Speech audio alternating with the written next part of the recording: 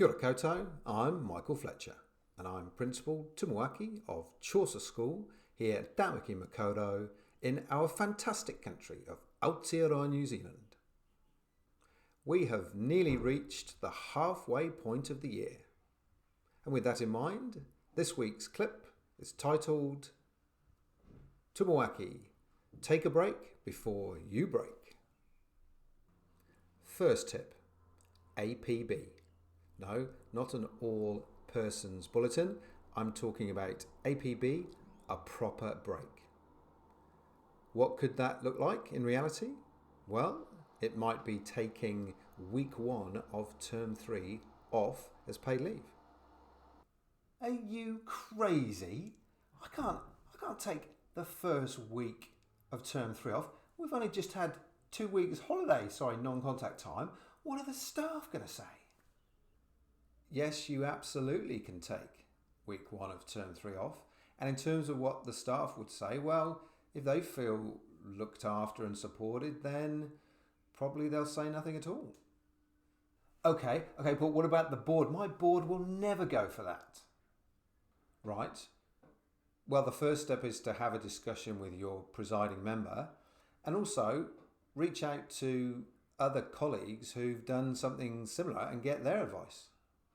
I'm still not sure. Another option is extending the amount of days that you actually take off during that 2-week holiday period, non-contact time. So for example, if you normally take the first week off and then work the second week, perhaps you could take the first week off and then a few days off in the second week. That way you're extending the time that you give yourself to properly switch off. So for example, look at how many days you give yourself as an extended period of time to not think about work at all. And if it's normally 5 days at this time of year, make it 7 or 8. If it's 7 or 8, make it 9 or 10. Either way, giving yourself a decent chunk of time to completely switch off, to reset, recharge, at this time of the year is even more important because then that will set you up for the second half of the year. Second tip, win-win. If you've reached this part of the year and your tank is pretty topped up, awesome.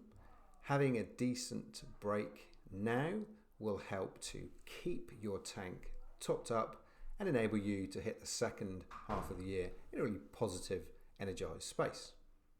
In contrast, if you're currently running on empty, having a decent break and the proper opportunity to switch off at this time of the year helps to refill your tank and set you up for the second half of the year.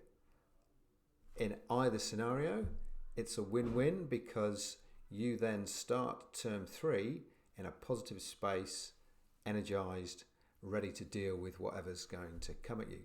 And let's be honest, the second half of the year probably isn't going to be any less busy than the first half of the year, right? So whether you're keeping your tank topped up or topping up an empty tank, having a decent break at this time of the year is a win-win. Third tip, role modelling. When you start the second half of the year well rested and energised, you're modelling for your staff and for your principal colleagues what a well leader looks like.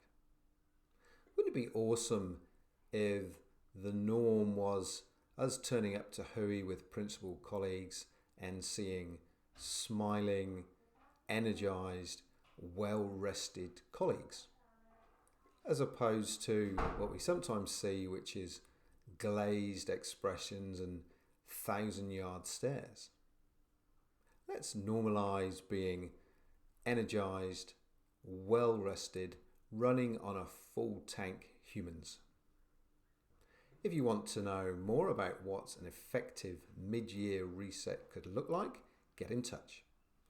We provide one-to-one coaching and resources with a focus around empowering principals and leaders to thrive.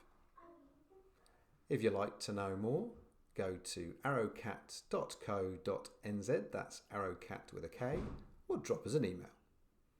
Thank you for watching. Kia kite anō.